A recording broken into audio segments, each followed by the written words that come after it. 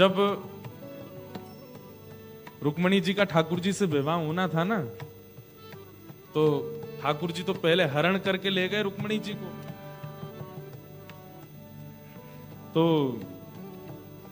रुक्मणी जी ने पहले ही बता दिया था ठाकुर जी को, जब बाद में सुलह हो गई कि नहीं हम बारात लेके आएंगे, विधिवत विवाह करेंगे, ये भागदौड़ करके विवाह नहीं होगा। तो रुक्मणी जी बोली आप बारात लेके कौंडन्यपुर आ तो जाइएगा, लेकिन कोई उम्मीद मत रखिएगा। क्यों?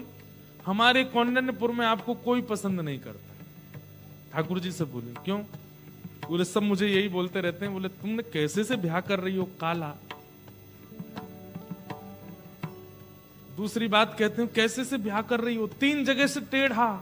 अरे भाई कम से कम सुंदर नहीं है तो सीधा साधा तो देख लो, हाथ पांव तो टेढ़े मेढ़े नहीं हो उसके, 3 जगह से टेढ़ा है, पैर भी टेढ़े, कमर भी टेढ़ी, सिर भी टेढ़े हैं नहीं ठाकुर जी, पर उनकी आदत है, खड़े ऐसे ही होते हैं वो।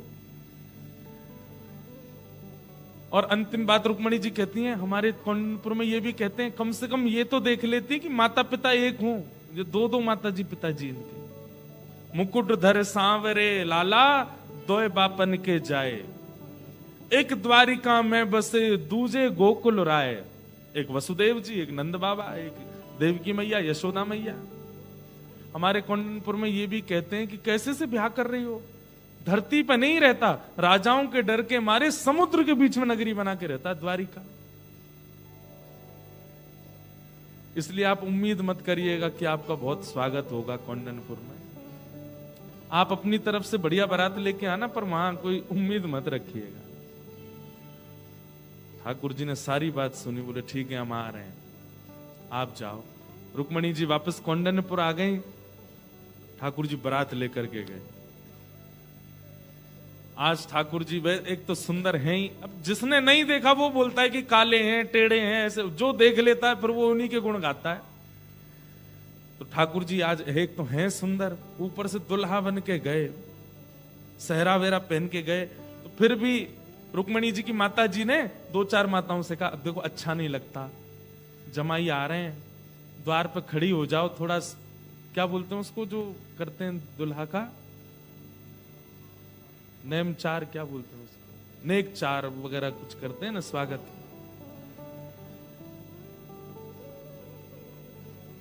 दो चार माताएं तो चली जाओ बाहर, पुष्प वर्षा कर देना।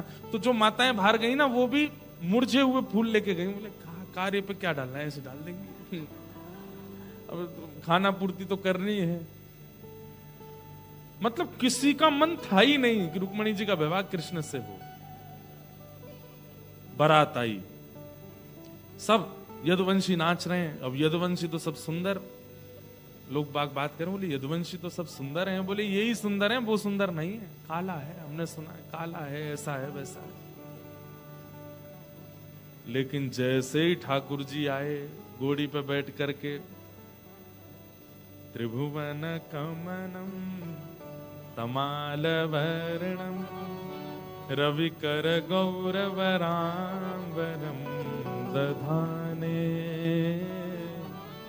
वपुललककुला वृताननाब्जम विजय सखेरतिरस्तु मे नवद्य।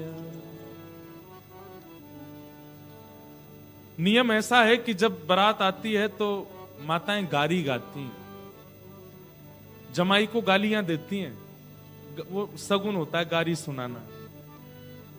तो गारी गा रही थी बेमन से, तुम ऐसे हो, तुम वैसे हो, आदि आदि। इतने में कहा अरे बारात आ गई, देखो दुल्हा देख तो लें। अरे कहा देखना उसको, अरे देखो तो एक बार। जैसे ही उन्होंने ठाकुर जी को देखा, हमारे ठाकुर जी एक तो सीधे सीधे दिख जाएं तो ठीक भी है, लेकिन ये जबरदस्ती ऐसे मुख करके तिरछी नजर से अगर देखें कटाक्ष नेत्रों से तो हालत ही खराब हो जाती है।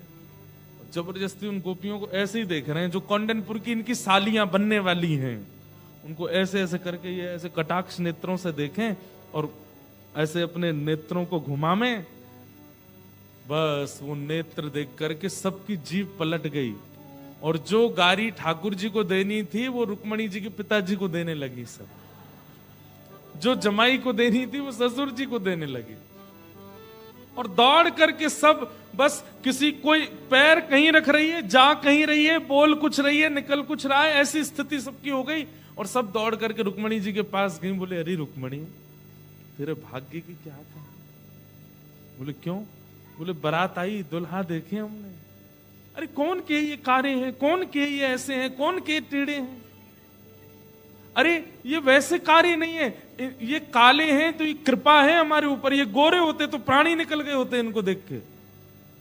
ये सीधे नहीं है, ये कृपा है हमारे ऊपर। ये टेढ़े मेढ़े हैं, त्रिभंग बन करके खड़े हैं, ये लचक लचक के चलते हैं, ये कृपा है। अगर ये सीधे चलते तो गले काट काट करके न्योछावर कर देते इनके ऊपर। हमारे ब्रज में कहते हैं कृष्ण लला तुम होते लली तो गरे कट जाते करोड़न के।